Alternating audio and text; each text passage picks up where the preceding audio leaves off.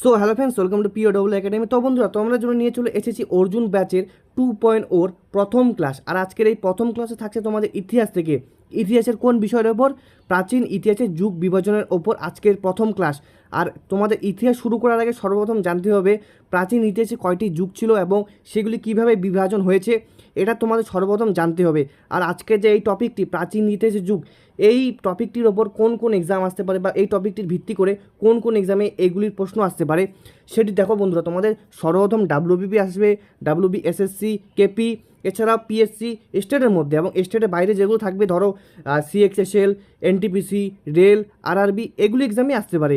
তো বন্ধুরা, আশা রাখবো তোমরা এই যে প্রাচীন ইতিহাসের যুগ বিভাজন ক্লাসটি তোমাদের ভালো লাগবে। আর এই ক্লাসটির মধ্যে সর্বপ্রথম অর্জুন ব্যাচ 2.0। তো আশা রাখবো বন্ধুরা তোমরা ভালোই সাপোর্ট করবে আমাকে। আর যাদের যাদের বিশেষ করে জিএস ক্লিয়ার নেই, তো অর্জুন ব্যাচ 2.0 চ্যানেলে দেখতে পারবা যে অর্জুন ব্যাচ 2.0 একটি নতুন কোর্স হয়েছে। ওই কোর্সে তোমরা জয়েন হয়ে নাও। তোমরা এখানে ইতিহাস, ভূগোল, রাষ্ট্রবিজ্ঞান, পলিটি, ইকোনমিক্স বিভিন্ন বিষয়ের নোট পেয়ে যাবে এবং ডেসক্রিপটিভ ক্লাস পেয়ে যাবে। তো আশা করি বন্ধুরা ভালো লাগবে। তো বন্ধুরা চলো আজকের প্রথম ক্লাস কীভাবে শুরু করতেছে তোমরা দেখে নাও। তো আজকের সর্বপ্রথম যুগ বিভাজনের ক্ষেত্রে সর্বপ্রথম 3টি যুগ ছিল। সেই 3টি যুগ কী কী? সর্বপ্রথম আসবে এনসিয়েন্ট হিস্ট্রি। সর্বপ্রথম কী আসবে? এনসিয়েন্ট হিস্ট্রি, যেটি মূলত প্রাচীন যুগ। এরপর থাকবে মিডিয়েভাল হিস্ট্রি, যেটি মূলত মধ্যযুগীয় ইতিহাস বা মধ্যযুগ, অর্থাৎ এর সময়সীমা কত? 680 থেকে 1707 খ্রিস্টাব্দ। এরপর থাকবে মডার্ন হিস্ট্রি। মডার্ন হিস্ট্রির সময়সীমা কত? 1707 থেকে 1947, অর্থাৎ মডার্ন হিস্ট্রির সময়সীমা এত, মধ্যযুগীয় বা মধ্যযুগের ইতিহাসও এতই। এরপর তোমাদের এনসিয়েন্ট হিস্ট্রির 3টি ভাগ। সেই 3টি ভাগ কী কী? প্রি হিস্টোরিক এজ বা প্রাগ ঐতিহাসিক যুগ, অর্থাৎ এনসিয়েন্ট হিস্ট্রিতে আবার 3টি যুগ পড়বে। সেই 3টি যুগ কী কী? প্রি হিস্টোরিক এজ বা প্রাগ ঐতিহাসিক যুগ।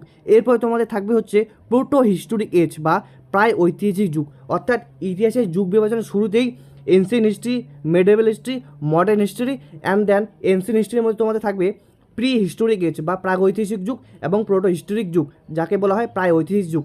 এবং এরপর তোমাদের থাকবে হচ্ছে যে যুগটি, সেই যুগটি হচ্ছে তোমাদের হিস্টোরিক এজ বা ঐতিহাসিক যুগ।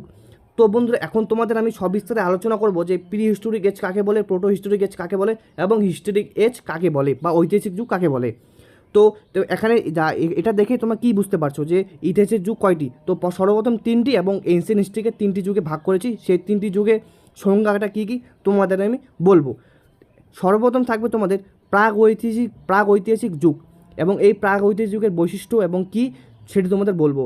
তো বন্ধুরা, প্রাগ ঐতিহাসিক যুগ বলতে মানব সভ্যতার সূচনা কাল থেকে লিখিত উপাদানের প্রাপ্তিকালের মধ্যবর্তী সময়কে প্রাগ ঐতিহাসিক যুগ বলে। অর্থাৎ মানব সভ্যতা যখন সূচনা হয়েছিল এবং লিখিত উপাদান করার আগে, অর্থাৎ লিখিত উপাদান যেই সময় ছিল না, সেই সময়কে মূলত প্রাগ ঐতিহাসিক যুগ বলা হয়। তো আশা করি এটি বুঝতে পারলে, এবং তোমাদের এটির বৈশিষ্ট্য কী কী সেটিও তোমাদের আমি বলে রাখি।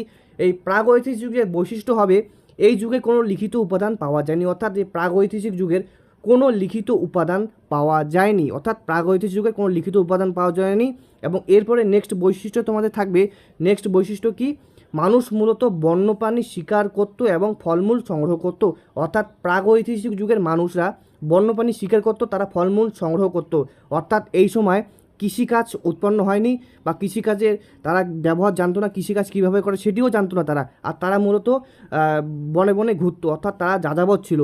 এরপরে প্রাগ ঐতিহাসিক যুগের পরে তোমাদের থাকবে প্রোটো হিস্টোরিক এজ বা প্রায় ঐতিহাসিক যুগ, অর্থাৎ এই প্রায় ঐতিহাসিক যুগের সংজ্ঞাটা কী হবে তাহলে? তো প্রায় ঐতিহাসিক যুগের সংজ্ঞা হবে বন্ধুরা, তবে এই যুগে লিপির ব্যবহার ছিল কিন্তু সেটি পাঠ্যোদ্ধার করতে পারেনি। অর্থাৎ প্রায় ঐতিহাসিক যুগের লিপির ব্যবহার ছিল কিন্তু সেটি পাঠ্যোদ্ধার করা সম্ভব হয়নি। আর এর মধ্যে উল্লেখযোগ্য লিপি হলো, এই যে পাঠ্যোদ্ধার করা যায়নি সেটির মধ্যে উল্লেখযোগ্য লিপি হলো সিন্ধু লিপি। অর্থাৎ প্রায় ঐতিহাসিক যুগের সিন্ধু লিপিটি মূলত এখনও পর্যন্ত পাঠ্যোদ্ধার করা সম্ভব হয়নি। তো আশা করি বুঝতে পারলে প্রায় ঐতিহাসিক যুগ কাকে বলে এবং এর বৈশিষ্ট্যগুলি কী কী হয় বন্ধুরা। ভারতে সিন্ধু সভ্যতা বা হরপ্পা সভ্যতা হলো প্রায় ঐতিহাসিক যুগের শ্রেষ্ঠ উদাহরণ। অর্থাৎ প্রায় ঐতিহাসিক যুগের শ্রেষ্ঠ উদাহরণ কি? সিন্ধু সভ্যতা বা হরপ্পা সভ্যতা হলো প্রায় ঐতিহাসিক যুগের শ্রেষ্ঠ উদাহরণ। অর্থাৎ সিন্ধু সভ্যতা প্রায় ঐতিহাসিক যুগেই সূচনা হয়েছিল। এরপর তোমাদের ঐতিহাসিক যুগ, অর্থাৎ ঐতিহাসিক যুগের সংজ্ঞাটা কি?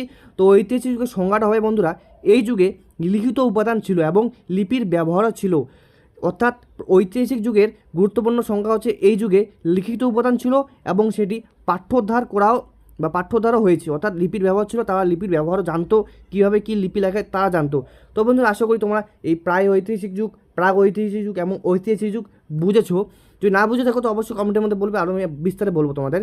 তো এরপরে তোমাদের থাকবে প্রাগ ঐতিহাসিক যুগের 3টি বিভাজন, অর্থাৎ প্রাগ ঐতিহাসিক যুগ বা প্রি হিস্ট্রিক এজের 3টি বিভাজন। সর্বপ্রথম থাকবে তোমাদের এই দিকে, প্রথম থাকবে তোমাদের প্রাচীন প্রস্তর যুগ বা পেলিওলিথিক এজ, অর্থাৎ প্রাগ ঐতিহাসিক যুগে সর্বপ্রথম থাকবে প্রাচীন প্রস্তর যুগ। এরপরে থাকবে তোমাদের মধ্য প্রস্তর যুগ বা মেসোলিথিক এজ, অর্থাৎ প্রাগ ঐতিহাসিক যুগের যে দুটি সর্বপ্রথম আসবে বিভাজন সেটি হচ্ছে প্রাচীন প্রস্তর যুগ এবং মধ্য প্রস্তর যুগ। এরপর থাকবে তোমাদের নব্য প্রস্তর যুগ। তো এগুলির কী বৈশিষ্ট্য আমি তোমাদের এখনই বলবো। তো প্রাগ ঐতিহাসিক যুগের 3টি যুগ, প্রাচীন প্রস্তর যুগ, মধ্য প্রস্তর যুগ এবং নব প্রস্তর যুগ। এবং প্রাচীন প্রস্তর যুগের যে বৈশিষ্ট্য, সেই বৈশিষ্ট্যটি কী কী হবে বন্ধুরা? প্রাচীন প্রস্তর যুগের সর্বপ্রথম বৈশিষ্ট্য, এখানে যে সালটা দিলাম এই সালটির মতো আনুমানিক সাল, তো এটি কোনো পরীক্ষায় আসবে না আশা করি। তো বন্ধুরা প্রাচীন প্রস্তর যুগের বৈশিষ্ট্য হলো মানুষের প্রধান জীবিকা ছিল শিকার ও খাদ্য সংগ্রহ, অর্থাৎ এই প্রাচীন প্রস্তর যুগের মানুষের প্রথম জীবিকা ছিল তারা শিকার করতো এবং খাদ্য সংগ্রহ করতো, অর্থাৎ তারা চাষবাস করতো না, তারা শুধুমাত্র খাদ্য সংগ্রহ করতো, খাদ্য উৎপাদন করতো না। এরপর থাকবে কোনো চাষবাস বা পশুপালন ছিল না, অর্থাৎ প্রাচীন প্রস্তর যুগে তারা চাষবাস করতো না এবং কোনো পশুপালন ছিল না এই যুগে। এরপরে 3 নম্বরের যে বৈশিষ্ট্য সেটা হচ্ছে মানুষ যাযাবর জীবনযাপন করতো, অর্থাৎ প্রাচীন প্রস্তর যুগে মানুষ যাযাবর জীবনযাপন করতো, তাদের কোনো স্থায়ী বনবসতি ছিল না। এরপরে মধ্যপ্রস্তর যুগের কিছু বৈশিষ্ট্য, মানুষ ধীরে ধীরে যাযাবর জীবন ছেড়ে আংশিক স্থায়ী হতে শুরু করে, অর্থাৎ মানুষ যাযাবর জীবন ছেড়ে দেয় এবং আংশিক ক্ষেত্রে, সম্পূর্ণভাবে না, কিছু আংশিক মানুষরাই তারা মূলত মানে আর কি যাযাবর জীবন ছেড়ে দেয় এবং তারা স্থায়ী বসতি নির্মাণ করে। এরপরে কুকুরকে প্রথম পোষ মানানো হয় মধ্যপ্রস্তর যুগে, অর্থাৎ মধ্যপ্রস্তর যুগে কুকুরকে প্রথম পোষ মানানো হয়।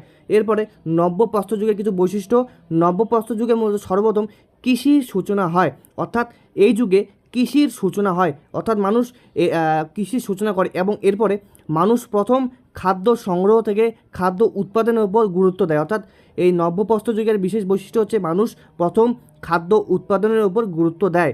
এরপরে স্থায়ী বসতি গড়ে ওঠে, অর্থাৎ নব্যপ্রস্তর যুগে স্থায়ী বসতি গড়ে ওঠে সম্পূর্ণভাবে এবং গ্রাম সভ্যতার সূচনা হয়। তো বন্ধুরা তোমাদের পরীক্ষার মধ্যে কীভাবে আসবে জানো? তোমাদের পরীক্ষার মধ্যে আসবে ধরো কৃষির সূচনা কোন যুগে হয়েছিল, এরপরে ধরো কুকুরকে প্রথম কোন সময় পোষ মানানো হয়, তো এরমভাবে তোমাদের প্রশ্ন আসতে পারে। আর বন্ধুরা তোমাদের আমি একটি চার্ট দিয়ে দিলাম, এই যে এটি হচ্ছে যুগের বিভাজন, এটি দেখে তোমরা বুঝতে পারবে যে কোনটি কী হয়েছে। তো এটি মূলত তোমাদের পিডিএফে প্রথম দিয়ে দেবো। আর এরপরে তোমাদের ক্লাস থাকবে হচ্ছে মেহেরগড় সভ্যতা বা সিন্ধু সভ্যতা, এই দুটি আমি সভ্যতা নিয়ে পরের দিনে ক্লাস করাবো। তো পরের দিন ক্লাস অবশ্যই তোমরা অ্যাটেন্ড করবে।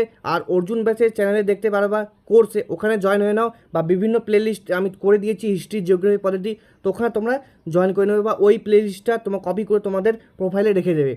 তো বন্ধুরা আশা রাখবো তোমাদের ভালো লেগেছে ভিডিওটি। আর এটি দেখতে পাচ্ছ হচ্ছে ক্লাস রুটিন। তো এরকম করে আমি হিস্ট্রি, জিওগ্রাফি, পলিটিক্স, সায়েন্স প্রতিটি বিষয়ে আমি তোমাদের এরকমভাবেই পড়াবো।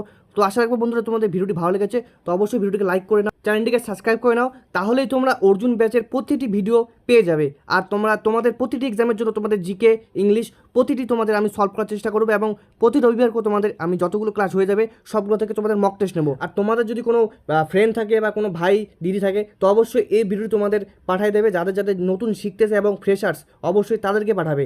তো বন্ধুরা আজকের জন্য বাই বাই। তো অর্জুন ব্যাচের প্রতিটি ভিডিও পাওয়ার জন্য টেলিগ্রামে জয়েন হয়ে নাও, চ্যানেলটিকে সাবস্ক্রাইব করে নাও, বেল আইকনে ক্লিক করে নেবে, তো প্রতিটি ভিডিওর নোটিফিকেশন পেয়ে যাবে। তো বন্ধুরা টাটা, বাই বাই।